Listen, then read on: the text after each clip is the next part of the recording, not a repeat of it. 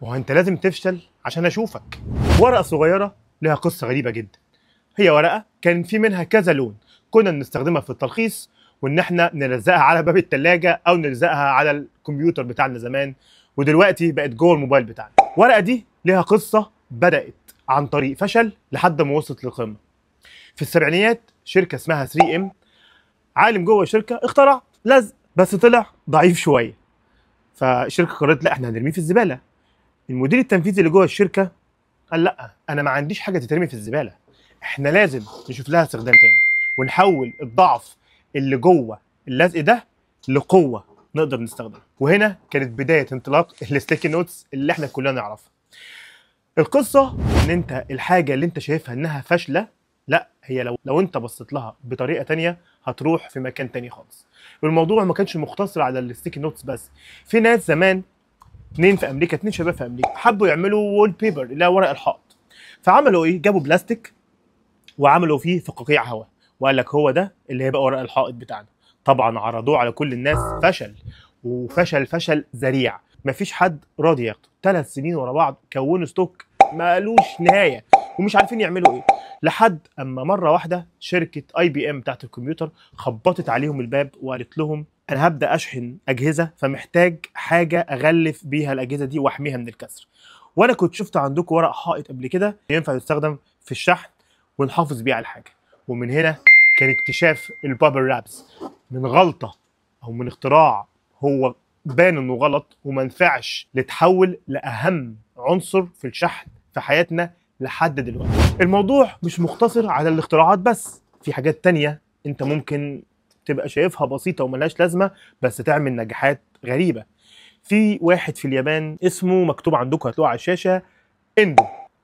عمنا اندو ده لقى ان في اليابان الناس بتمر بفتره صعبه جدا والفقر مسيطر على الناس، فهو مش عارف يعمل ايه، فقرر ان يقول طب احنا ليه اهم حاجه في حياتنا ما تبقاش رخيصه وسهله وسريعه. راح اخترع النودلز اللي احنا عارفينها دلوقتي، سهله التحضير وفي 3 دقايق بس تكون جاهزه. حاجه رخيصه اي حد يقدر انه يشتريها ويقدر انه يحضرها في اي مكان وتحت اي ظروف. الحاجه البسيطه دي اللي بدات من ولا حاجه وصلت دلوقتي انها بتبيع اكتر من 100 مليار عبوه حول العالم سنويا.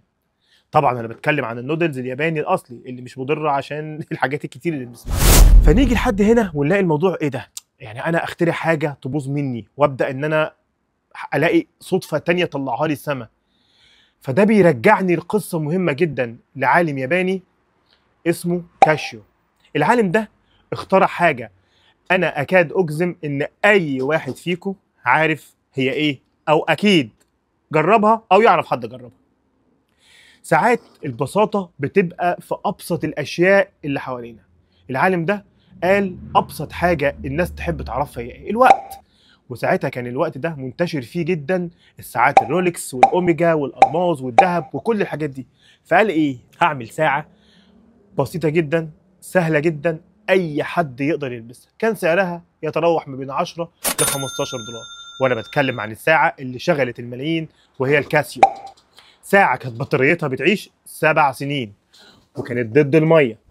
الساعه دي عمنا كاسيو اخترعها وما كانش متوقع اللي هيحصل فيها انها تنافس كل الكلام ده. هي طبعا ما نفستش في الحته بتاعه اللاكجري والكلام ده كله، هي نفست في البساطه وان خلت عدد اكبر من الناس يقدر يستخدمها، وكان بيبيع منها لحد وقت قريب اكتر من 3.5 مليون ساعه في السنه. الملخص من الموضوع ان انت فكرتك ما تستصغرهاش، اصبر عليها او شوفها بطريقه تانية، لان ممكن لو شفتها بطريقه تانية تغير حياه ملايين. ومن هنا مش معنى ان انت فشلت ان ده نهايه العالم. ممكن تفشل عشان انت شايف الحاجه اللي انت عملتها بطريقه غلط.